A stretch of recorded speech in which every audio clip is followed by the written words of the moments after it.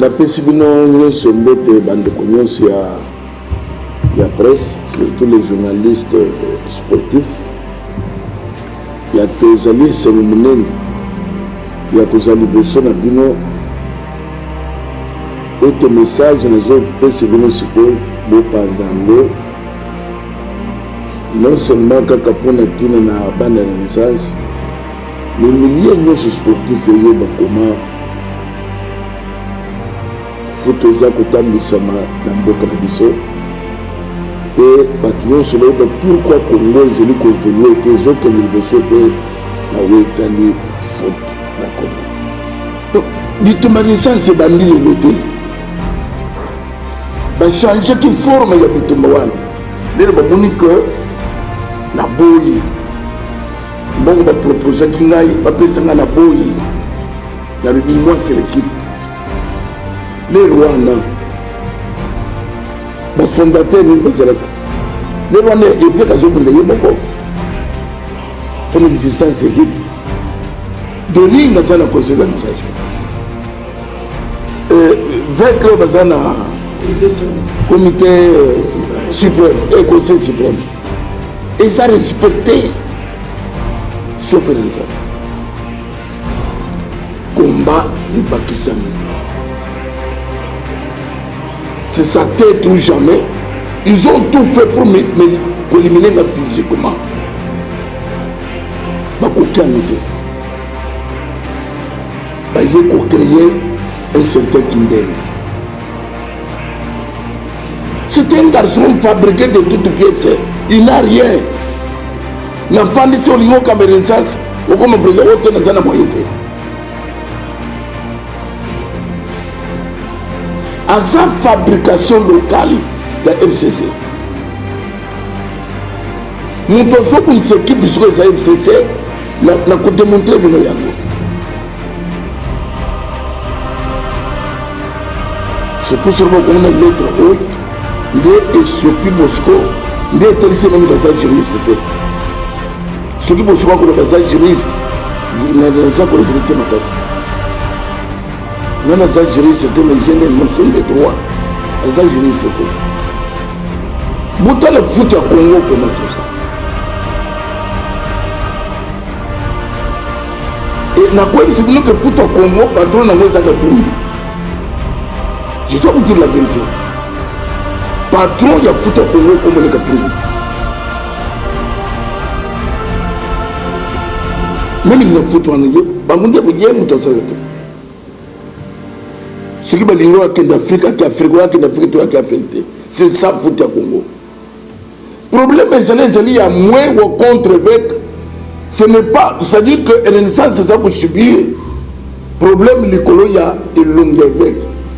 Il y a Congo évêques. C'est ça la souffrance de la Renaissance.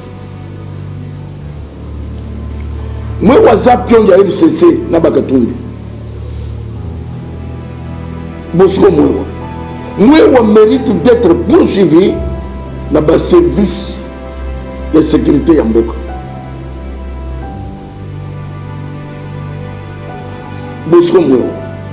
Blatter Bakanga Kaye. Bakanga Blatter, c'est la police. Pour Nanil, c'est tout ce que Bakuta Kaye. Nambeba. Ce n'est pas que le colosse en foot, au commettre Bambeba, ou Yamboka, Bakucho Mabokote. Non. Vous voyez comment, quand il y a que Salami Balé, quand Maloa, les Alaki déjà président de la coordination et la Renaissance, Naka Yévek Pascal Moukona, fondateur, président du conseil d'administration. Jusqu'à ce que Fekofa aille récupérer une situation, Babengay, aux hommes de l'Engenine. Toujours les gâteaux sang, c'est bâtiment sur dans le but, je suis d'accord.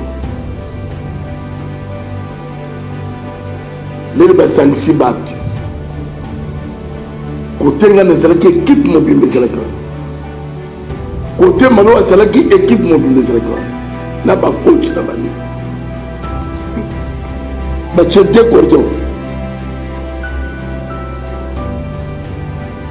na comité il y a en tout 8 personnes.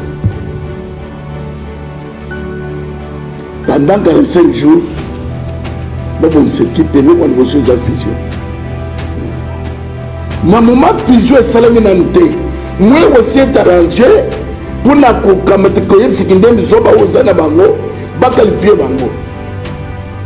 En catimini fusion na no salamité. Le programme bala moko ba gérer bango bête.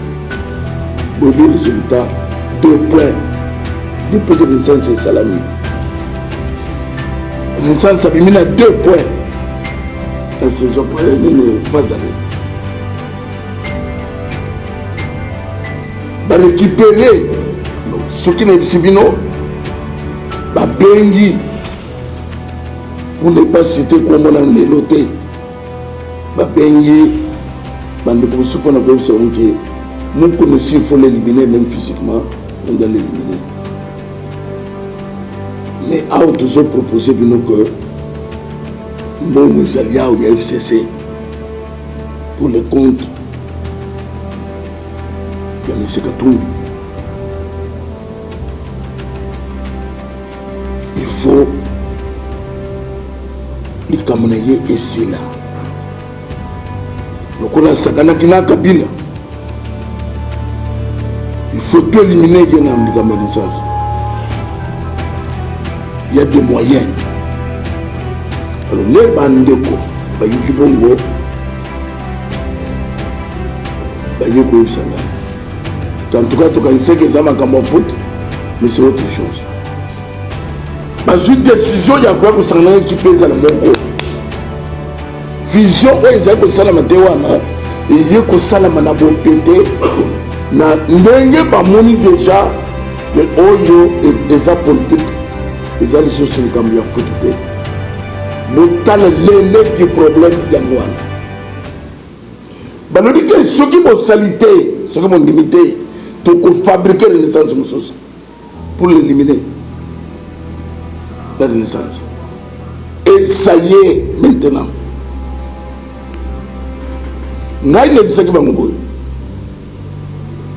Pour le moment, le coup de fusion de Salami. Équipe est connue Mogo. Boutikalan.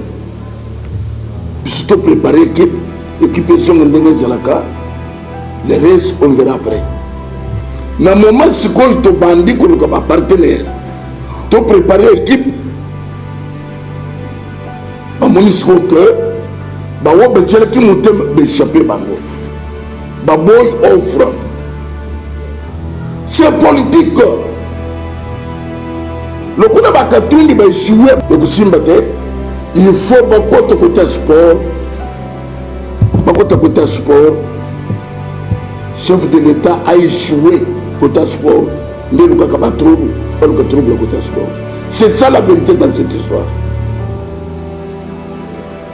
Awa, on va éventrer le bois. Batoubaye, qu'est-ce qui se passe? Renaissance, les alocaux là, Ndegebalobaka.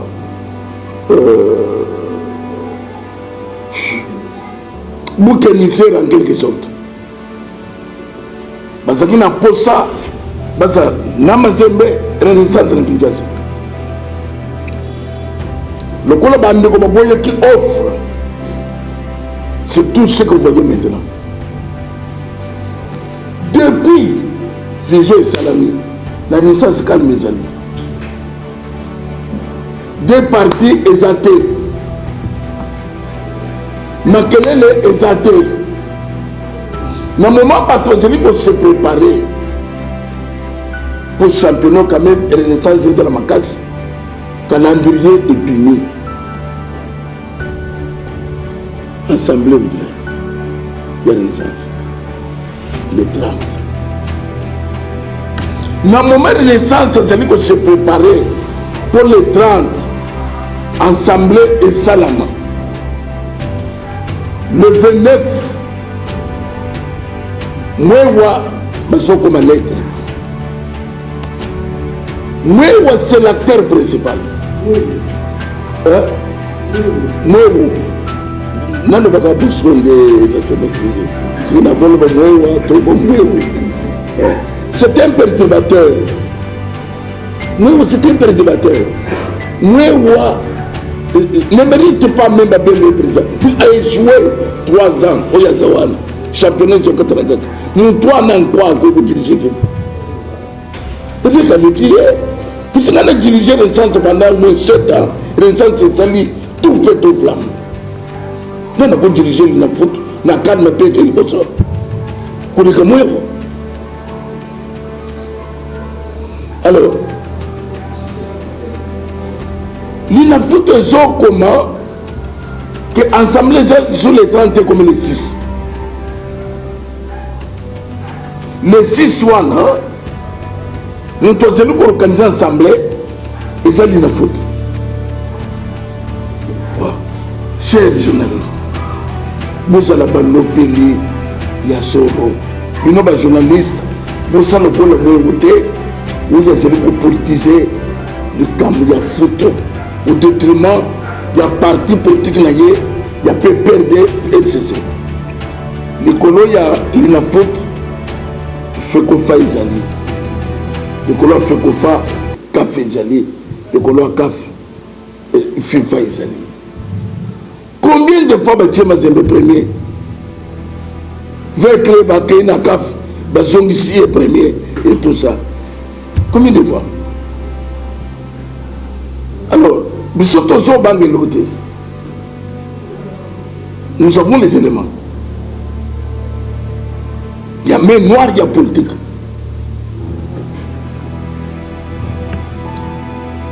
Nous avons tourné pour nos bandes de journalistes. RGC que what? Il y a foot. Au bal battre RGC.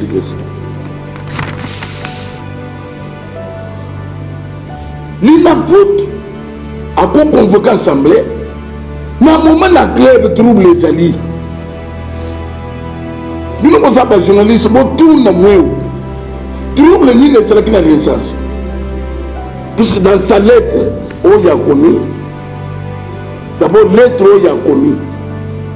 Les lettres techniques, il y a besoin de tourner les réseaux, les celles que vous tenir l'assemblée, au bas, nous sommes les alliés réguliers. Azo kono le lina foot, ennemi, fait qu'on fa, honor. Copie d'APS, copie Moussous, conseil d'administration. Nous sommes tous en côté. Ce qu'on commet dans les réseaux sociaux, pour ça la maquille, nous sommes salés. Et c'est l'ina foot. Puisque l'ina foot est censé répondre, fait qu'on fa, n'a pas l'humanité, ni ne pas commis. Dans le minime, les animes. Pour moi, je thème mon acharnement contre ma personne.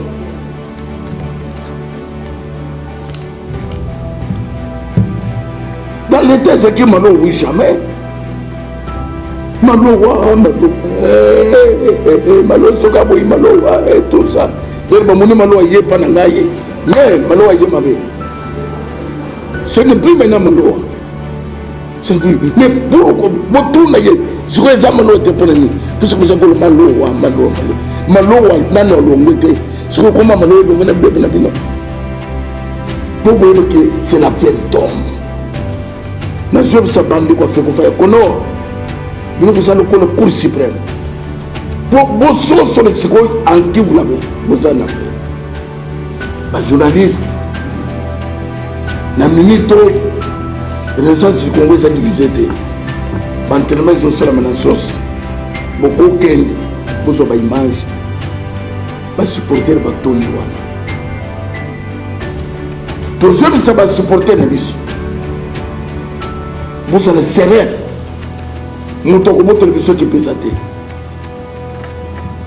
Matricule les alliés na foot. Et ça, il y a FC. Pour dire que à sa faux juriste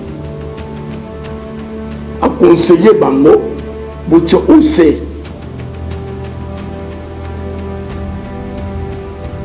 Renaissance usage de faux un juriste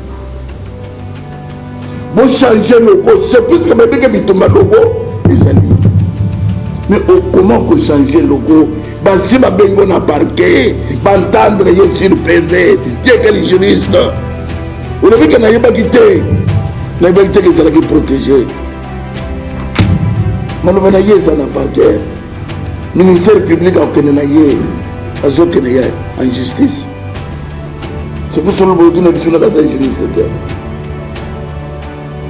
Le coup de renaissance a protégé ma marque. Nous avons protégé nous te protéger ma marque, c'est moi, l'évêque Pascal Moukoula. A protéger le frauduleusement. Ils ont insulté.